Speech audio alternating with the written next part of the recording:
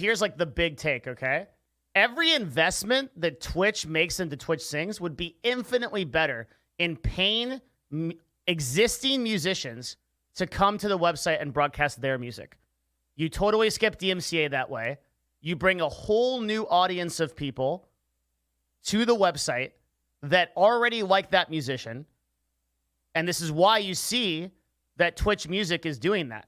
Like, the Twitch Music side is bringing people to the platform who are larger tier creators. This is why Logic got a deal, right, with Twitch.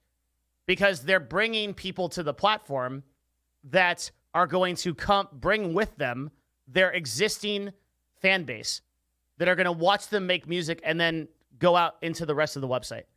Why Twitch Sings objectively provides no value. Like, I don't know. I can't put a number on how many users came from off-platform to watch Twitch Sings, but it was probably a very small amount. And I don't know if the DMCA / like licensing stuff is ever going to get fixed, but either way, it's not up to Twitch to slay that dragon or really anybody. It's not even up to YouTube, right? All they can do is they can just comply. So, like, Twitch Sings has so many problems. Like, number one, every one of these songs that they're using is DMCA break. Like, this fucking guy understands, right? That DMCA is like a huge problem, even transformatively. Music licensing for this is super unrealistic. This is attracting no new people to the website. Nobody is coming to the website for Twitch Sings. They're just it's just other, it's like small streamers communities that are into it, and music licensing wouldn't be an issue if Twitch had a blanket license. You don't know what you're talking about. That is a insanely expensive. Yes, I do. No, you don't. you straight don't. A blanket. I'll tell you why. A blanket license is heavily unrealistic, insanely expensive to the tunes of hundreds of millions of dollars, especially for top songs and a lot of stuff they cover. And most licenses don't get issued in that way, especially to large companies that are going to play music multiple times. What gets issued is a CPM-based license. So a license gets issued for every play that is done, and an algorithm computes what the end price is that going to be, and it gets charged monthly. This is insanely unrealistic for Twitch to sign up for. A blanket license usually is billions of dollars and has a ton of rights within it and how you can play the music and how you can actually do it. The idea that Twitch Sings should just pay hundreds of millions of dollars to license music in exchange for absolutely zero ROI from a program is asinine from a business perspective, and even Twitch understands that. Like, that's like, this is a service that is like literally notorious for making like poor ROI decisions, and they understand how negative this is, so that's why they're shutting it down. It actually makes perfect sense from a business perspective. There's no question.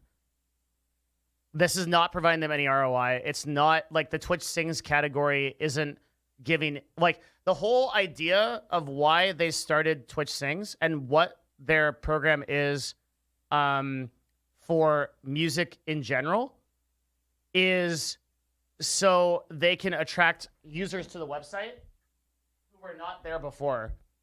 And Twitch Sings doesn't do that. Twitch Sings takes like small streamers, and it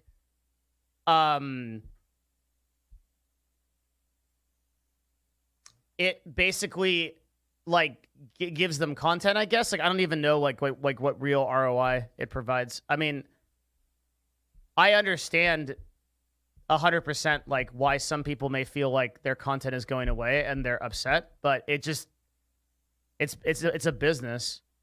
It has to. I mean, I don't think I'm going to make a YouTube video on this because I'm going to get people butt detonated if I fucking have this take, I guess, because a lot of people are really upset. But that's just the reality of it.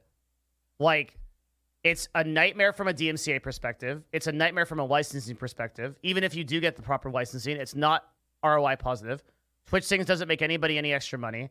Whatever ad revenue or extra viewership that comes from Twitch Sings doesn't come close to clearing out all of the problems with music. And all of the creators who are in Twitch Sings are like way, way, way below the top like 10 or 20,000 creators, right? With the exception of like a few partners with decent viewership. And that's not to say that it's not like a positive, yeah, like Billy said. It's not to say that it's not a positive part of Twitch. And I think that particularly I liked this. There's a sort of sub community around Twitch Sings that's very positive for a lot of people, and I think very uplifting. And maybe Twitch could be like, okay, well, given the fact that it's really uplifting and it's like a good community, we could make an exception here and operate at a loss. And they do that for some things, right? Like there's a lot of things that Twitch does that doesn't make them money objectively, but they keep them in place because the core of it is like really positive for the website. But Twitch Sings is not that. The community of Twitch Sings is really small. It's occupied by small broadcasters, and it is an enormous nightmare to maintain from a legal standpoint.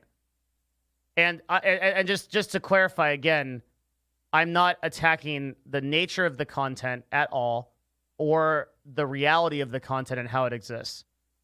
My standpoint is just purely from a business perspective, which is that you have to make an evaluation as a company if something makes sense. And if it doesn't, then you cut it. So wait a sec, we can't sing cover songs, we can't play music, we can't DJ, and soon as this is gone, we can't sing on Twitch. What's the point? Look, this guy just doesn't understand at all anything, okay?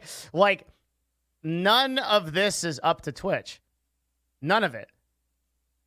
All of this is due to backwards DMCA laws that are years and years, decades old, that don't apply to the world of new media.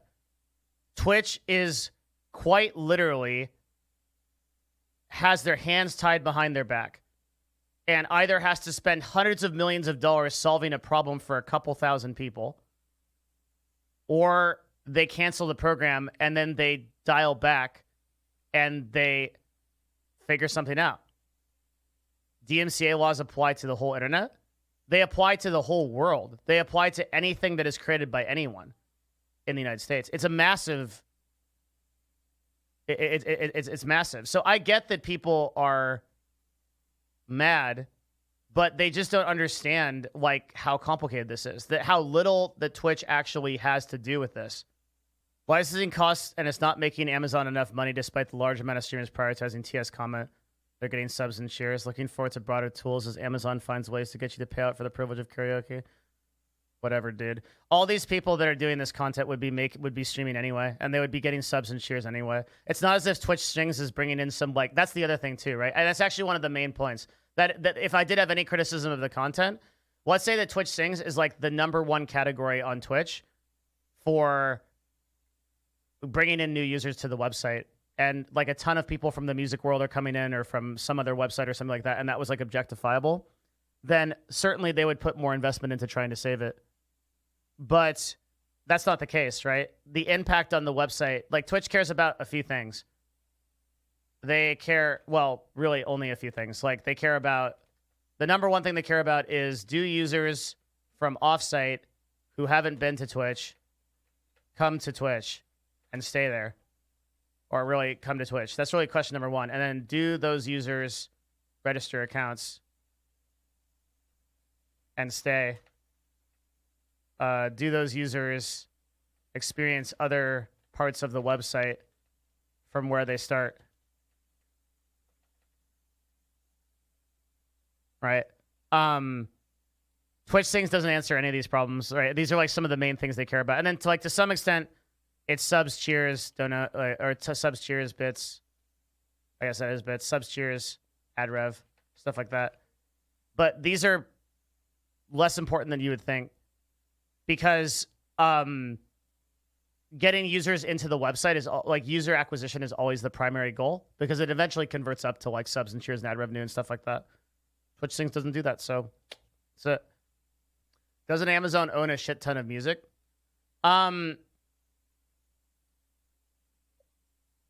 Own is the operative word in that, Wubby. So Amazon probably doesn't own next to any music.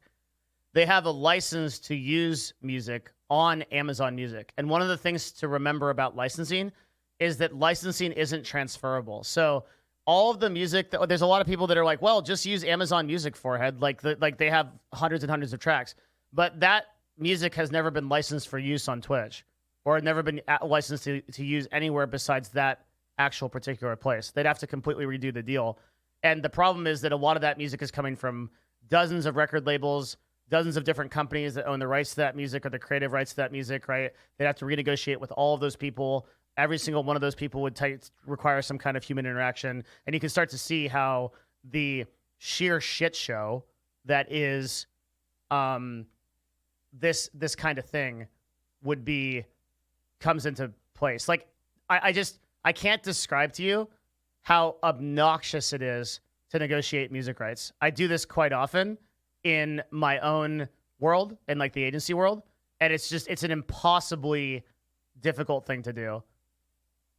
Like, imagine individually negotiating with over 100 record labels, each of which has total creative control and wants individual types of royalties and money for their compensation. And then you start to understand why Twitch is like, yeah, nah, we're not going to mess with this. I think it's fine to agree with and understand Amazon's decision and still feel bad for those it impacts. Yeah, unfortunately, I don't feel bad. Because I feel like this part is going to be the one that, like, this is the evil part.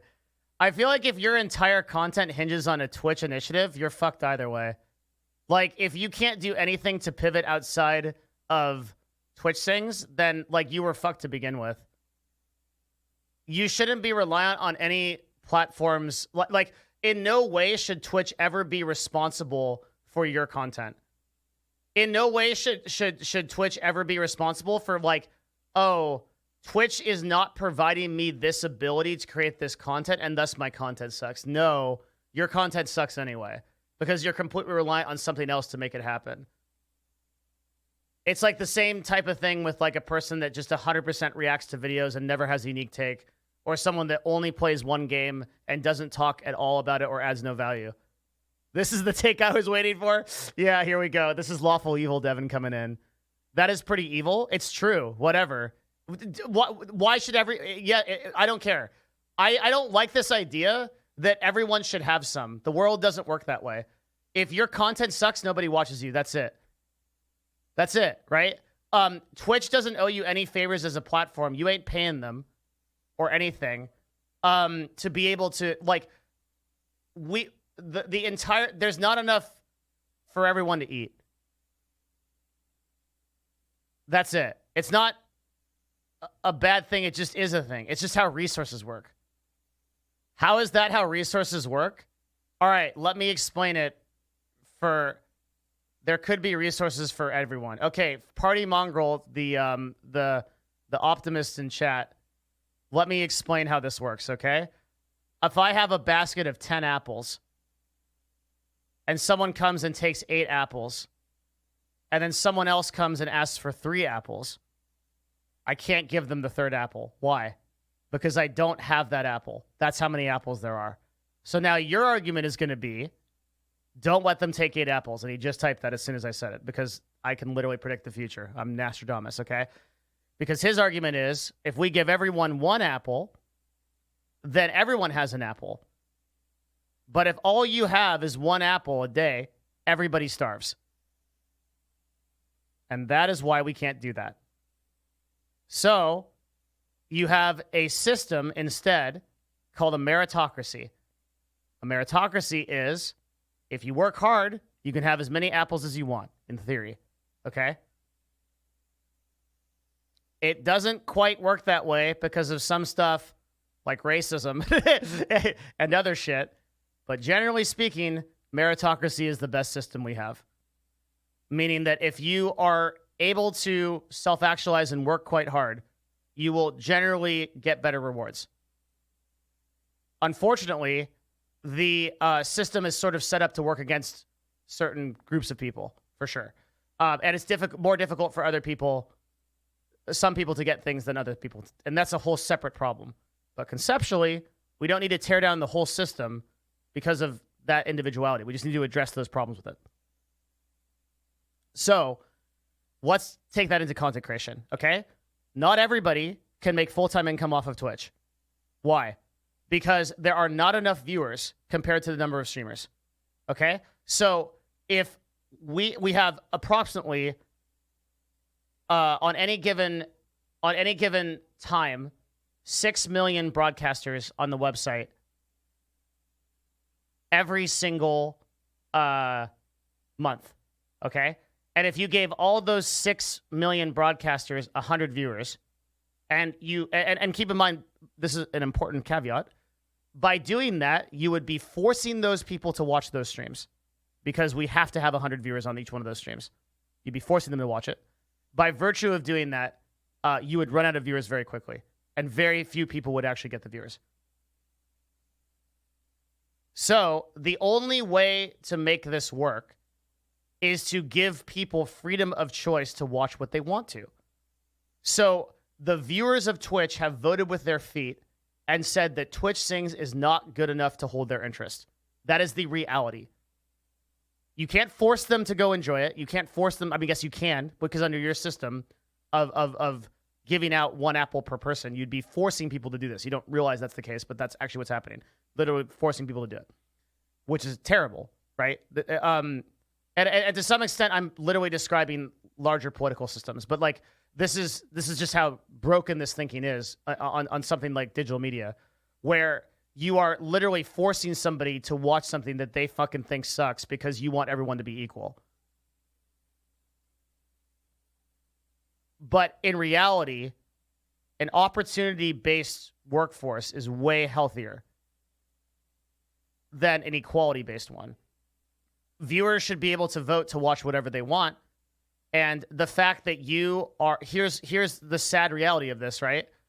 Is that if I go to the directory right now, here's the difference between your and my thinking, okay?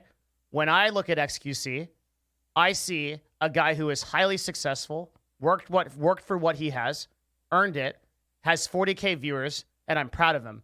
And I know that if I work really, really hard, focus on myself, master it, and when I'm willing to switch my content and change up my shit, I can get there, and I can get to that point, and I can be these people. When you look at this person, you see this as inequality. Oh, this person is hoarding all the viewers. They're getting all, and I'm getting nothing. And what you don't want to realize is that your shit sucks. You don't want to work hard enough to make it. You don't want to have what it takes. You only want someone to give it to you. And that's why you'll never have it. And the world doesn't work that way, my friend. Even if you change society, you won't change the way the world works. The world doesn't care. The world will always reward people that work harder. That's just how the world works. And you may not want to accept that, and you're going to bullshit and be like, oh, like everyone should get viewers. Everyone should get money. Everyone should get everything. But they can't. It always rises to the top. And for people like me, that's inspiring. That's why I'm sitting at the head of one of the most successful companies in the digital media space. And you're doing whatever. You can be me. I'm not special. Just a mindset difference. Might not like it. But that's the truth. The thing is, the right kind of person is always going to be inspired by what I just said. Which is, like, you should look at your peers and you should be like, holy shit. Like, I look at Moon fucking right now just killing it on Tony Hawk Pro Skater, fucking having a great time. 15,000 viewers. Does he have more viewers than me? Fuck yeah. Will he almost always have more viewers than me? Yes. Is he a better streamer? Fuck yeah. Do I deserve what he's got? No. He put in the work. He's got the skill. He can do it.